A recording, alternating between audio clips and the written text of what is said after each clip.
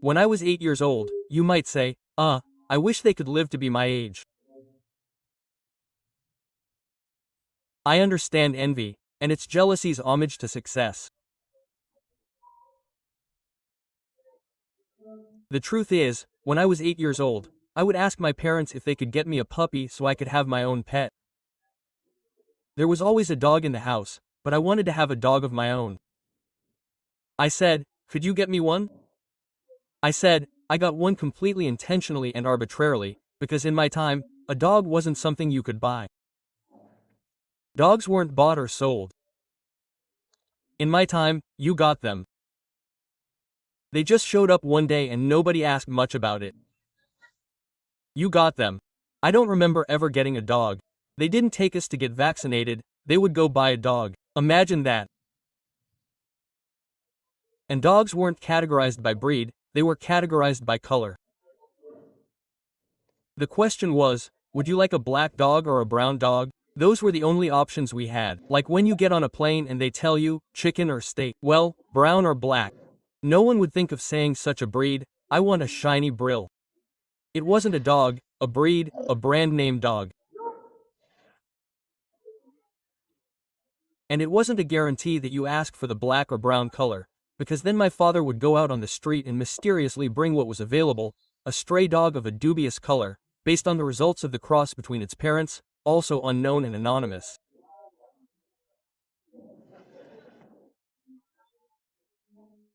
And my father agreed to bring me a puppy, but he made it very clear in the prenuptial agreement with my dog that I had to take care of it.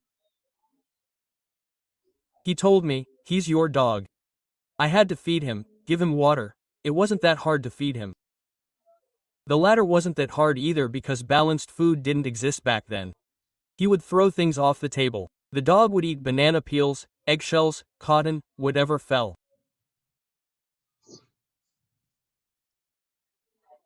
And I had to feed him his droppings, his excrement, not feed him, I had to clean up, clean up. And I gladly accepted that contract, as long as they would get me my puppy. And at first our honeymoon was wonderful because we played, we had fun, the puppy followed me everywhere. He knew right away that at 8 years old I was the alpha male of the house, but after a few months I started to get a little tired like any child, right? And sometimes my father would yell at me, I told you to pick up after your dog. I don't want to step in what your dog does. Quote. And that last sentence was the one I didn't like to hear. Your dog. I wouldn't have cared if he had said the dog you play with or our dog, the family dog. But my father always made it clear to me that he was my dog. Period. In sickness and in health, in rich or poverty. When he was clean and when he was doing his thing, he was my dog. We were in the same household, the two of us, and my dog went from being an option to being an obligation to being a pet, even though I did housework, got up on a Saturday and cleaned up after the dog on a Friday night bender. He went from being someone to play with to someone to take care of. And I think we all know that feeling. I don't necessarily mean a dog. A good psychologist would call it the claustrophobia that comes with commitment. When you make a commitment, there's a certain claustrophobia, psychologists say, where you have to stay committed. Only instead of being reminded that he's your dog, they're like, he's your brother-in-law, he's your husband, he's your boss, he's your employee, he's your pastor is your son, oh, it's your mother or any relationship in which we feel trapped. Quote.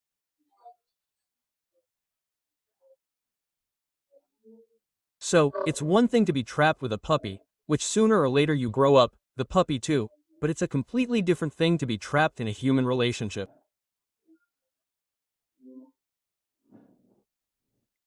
There are those who say, look, my brother-in-law is a vampire, he never works, my wife treats him like a child who needs to be supported.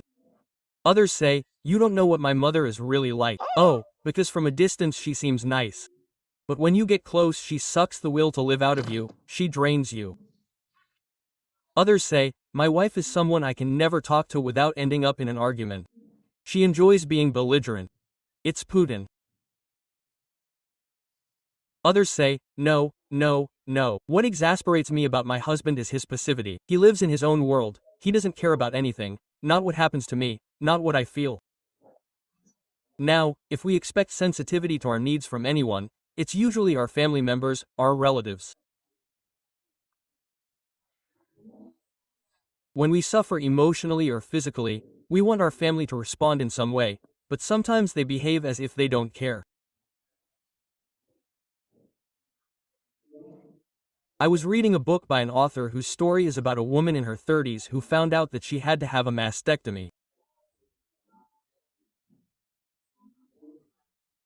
A mastectomy is the surgery used to remove a breast with the idea of preventing cancer that is no longer operable. So, she and her mother never had good communication, and that's why this girl hesitated to tell him the news or how to tell him. And one day she tells me that while they were having lunch, she decided to reveal the news. She says, "Mom, I just found out with horror that I have to have a mastectomy." The mother nodded and out of nowhere another topic came up. She said, "Did you know, daughter, that your sister started an Instagram?" And the author said, "That was the way my mother always related to me since I was a little girl. She would tell me in a way, 'Daughter, I will not talk about difficult subjects with you, no matter what. And if I find out or tell me something that I don't like, I will just ignore it.'" Quote. The author said, "I can't believe a mother is telling me that she's going to have her breast removed and then she tells me that my sister started an Instagram." So we all have these stories in one way or another, people who are close to us but we are indifferent to, parents, in-laws, spouses. Why is it that sometimes life with relatives or with relatives becomes so difficult? It's not like a neighbor that we can move away from and never see again or an employee who, ultimately could be fired.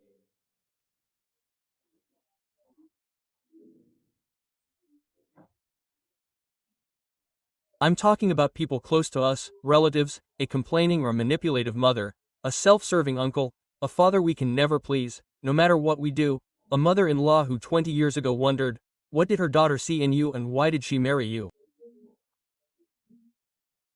20 years and she still doesn't accept it. 20 years, 8 children and she's saying, you deserved better, daughter. It's unbelievable. And sometimes they're like an elevator, here it's called an elevator, that we force ourselves into, we squeeze in knowing it's only for a short time.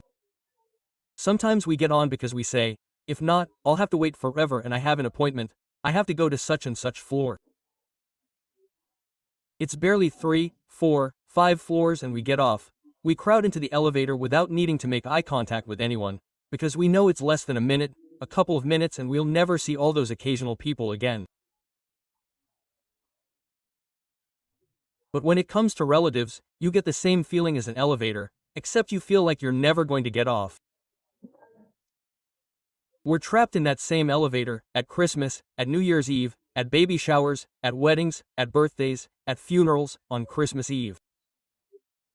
We know we're going to have to sit at the table with those people again, and somehow we say, I'm trapped.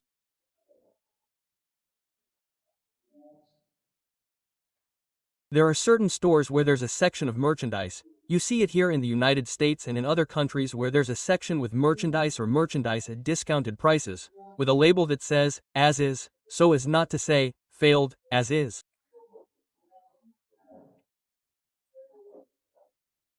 In Argentina, my mother ran a store in my Billinghurst, my hometown, that was called El Revoltillo. I think the word implies what it was, right? El Revoltillo. And I assure you that they didn't sell Prada, Tom Ford, Gucci, Hugo Boss, there was no Valentino. They were products with some kind of flaw that the factories discarded and that's why they sold them at cheaper prices. And my mother would say, because you got good grades, let's go all out, let's go to the mess. Let the world burn. We would go to the mess and sometimes she would bring me a shoe of each color and they would say, "Why did you make a red one and a blue one?" She would say, "I have another one just like it at home." It's a bad joke, but I didn't know where to put it. So as it is, it means that those items are damaged or have some manufacturing flaw. In other words, as it is means, look, here you're going to find defects, a stain that won't come out, a zipper that doesn't work, a button that won't close. And obviously, since they warn us in those stores that these are defective merchandise, there is a fundamental rule. No returns, no refunds, no exchanges, no regrets, because if we were looking for perfection, we went to the wrong store and the wrong shop.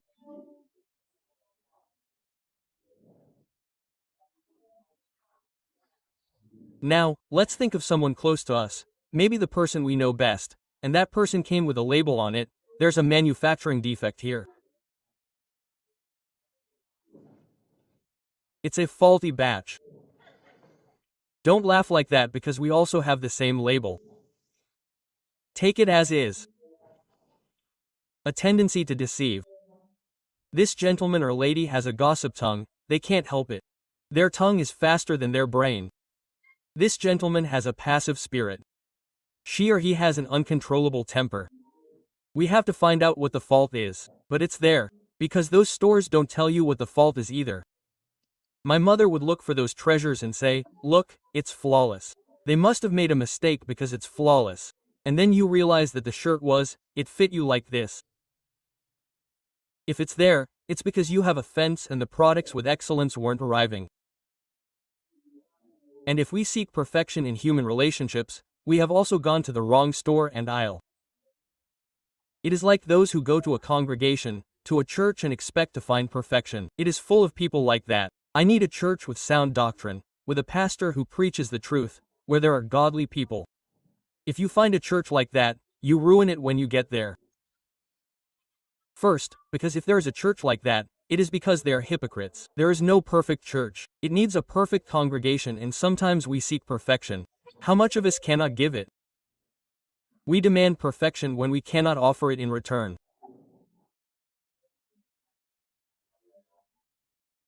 So, when we sometimes begin a relationship with the foolish illusion that there are certain people who come without flaws, that is when we try to control them, change them, make them think differently.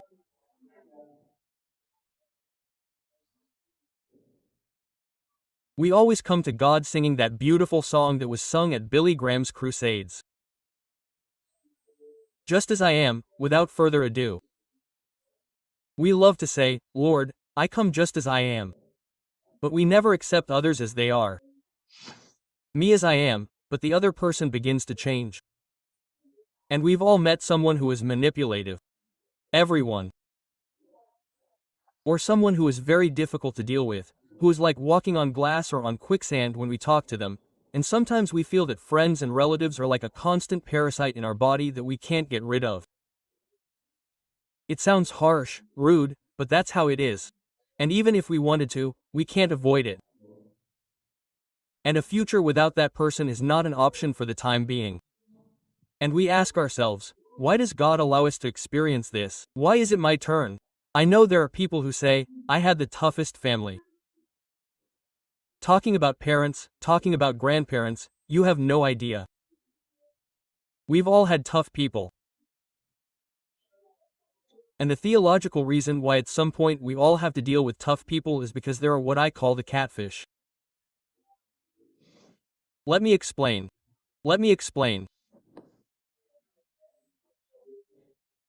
In the northeast of this country, the United States, cod is not only delicious, it's a big commercial business.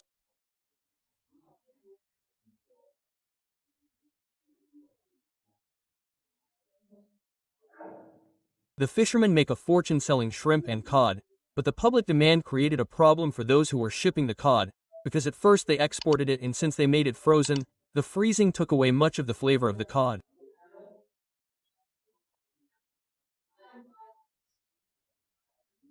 By the time they tried it somewhere else, on another coast of the world, it had lost its flavor. So they tried experimenting by shipping it live in salt water, but that turned out to be worse because not only was it more expensive, but the cod also lost its flavor. But arrived soft and watery because they were in a pond with no outlet. Finally, someone had the idea of putting the cod together with their natural enemy, the catfish. And during the entire journey in the pond until they reached their destination, the catfish chased the cod all over the tank.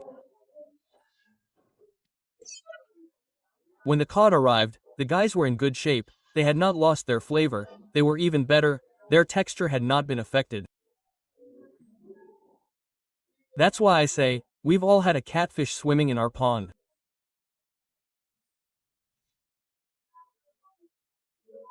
And perhaps there are long periods when we have to live or meet in meetings with some of them, or someone at our job is so annoying that they bring us to our knees several times a week. I'll tell you more, every church has its own catfish.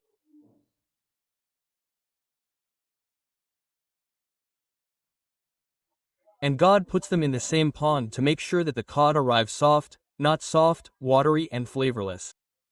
Don't look at anyone, tell the person next to you, God bless you, catfish. Don't say that. It doesn't look bad. We are all codfish. There's a catfish every now and then, but they come to the other service, not this one. And that tension in the tank has a divine purpose. God is telling us, I see what you're going through. I know about the manipulation. I know about the injustice. I see you, I'm watching you, and I'm using this experience of yours to train you. This is not a punishment. I'm training you, training your character, training your resilience, your temperament, your frustration threshold. So instead of complaining about the people who irritate us, we need to start seeing them as training tools. There are training tools right there. Sure, we'd rather a life without the bulls, everybody. Who wouldn't? But life comes with the bulls in the pond. James chapter 1 verse 2 says, whenever you face any kind of trouble, James says, consider it a time to be very glad.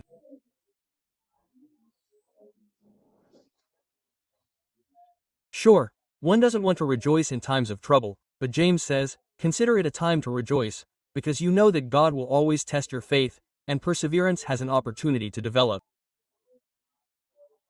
The New International Version says, speaking and paraphrasing James. In other words, your perseverance, our perseverance, our patience has the opportunity to be trained. And one says, yes, but the thing is that I was driving and the guy or girl cut me off. His car cut me off as if he were driving alone. It was a little Chinese guy who cut me off. Quote. Another says, no, it's just that she never lets me finish a sentence, she's always interrupting me. She says, but he blows his nose like a boat horn. I can't stand him. Quote.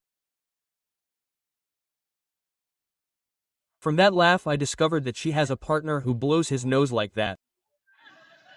No, when the one in front of me is driving, he turns suddenly without even bothering to use his turn signal. He parks his car right in front of my garage, it irritates me, it drives me crazy. It's annoying, it's bothersome, it's annoying. I wish she would use deodorant, mouthwash, eat with her mouth closed, and silence her screaming baby. Doesn't she realize that the baby is screaming deafly? I mean, there are people who think that.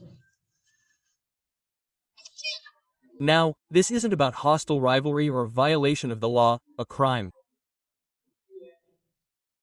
It's what's called a personal version that exasperates us.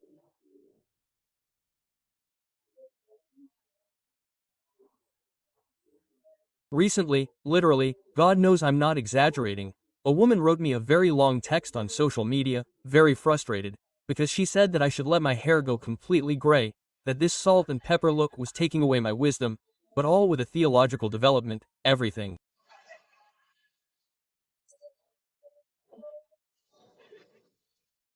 And that if I didn't do it and let my hair go completely white, she would be forced, with much pain, to stop seeing my messages. My hair torments the poor woman. And I thought, is the color of my hair really worth her frustration? Is she really willing to sacrifice her happiness, her messages for a little something like the hair of the person she preaches to? And the phrases we use to refer to what irritates or bothers us reveal who is really suffering. In this case, I don't suffer because of my hair, she suffers, I don't. But we always say, it irritates me, it drives me crazy, it bothers me. Who does it irritate? It drives us crazy and bothers us. The one who complains. Who are the ones who suffer? The ones who complain. I don't understand why if it's a tattoo. I don't understand. If he's a man of God, he shouldn't drink beer. If he's a man of God, he wouldn't wear black. And those people shouldn't have that hat. One gets irritated and the other tells a lie. That's why the Apostle Paul writes to Ephesus in Ephesians chapter 4 verse 2 and says, be patient. And he uses the word that in the original Greek is exactly that, because sometimes the etymology of the word is lost in translations. He says, be tolerant of one another in love. He's talking about how we're not always going to love deeply. Sometimes that love is going to require tolerance. The word, I tolerate you, has a bad reputation. I'm barely tolerating you. But Paul says, no, tolerate one another. What is tolerance? Don't get irritated over trifles, over silly things. There are things that have to fly under our radar. That's called patience. Patience is a constancy of spirit in the face of difficult situations, when faced with difficult people. How nice it is to see people with patience. They meet whoever they meet and they don't lose their smile. There are people who have public sector jobs who have to have patience, not always empathy, because sometimes it's impossible to empathize with someone who comes shouting to demand a coffee or a plate of food. Sometimes it's hard to have empathy, but tolerance is what allows us to smile even when the other person has lost their temper. This week I heard a great quote that says, people are hard to hate when you see them up close. When you see them from a distance, they're easy to hate. When you see them up close, it's hard. Anyone is hard to hate if you see them up close. Sometimes I take pictures with some people who are well-known, famous, who have controversial lives, and immediately a lot of evangelicals appear writing to me, how can you be friends with that uncircumcised person, that scum, that Philistine, etc. And I always tell myself, if only he would take the time to get to know me personally like I did, he would realize that beneath that image of public consumption hides a sensitive being, someone who cries, someone whom God, a being whom God loves deeply. When I meet these people, they are very different from the ones I saw on television, the ones I saw on magazine covers. I realize that like everyone else, they are broken people, shattered people.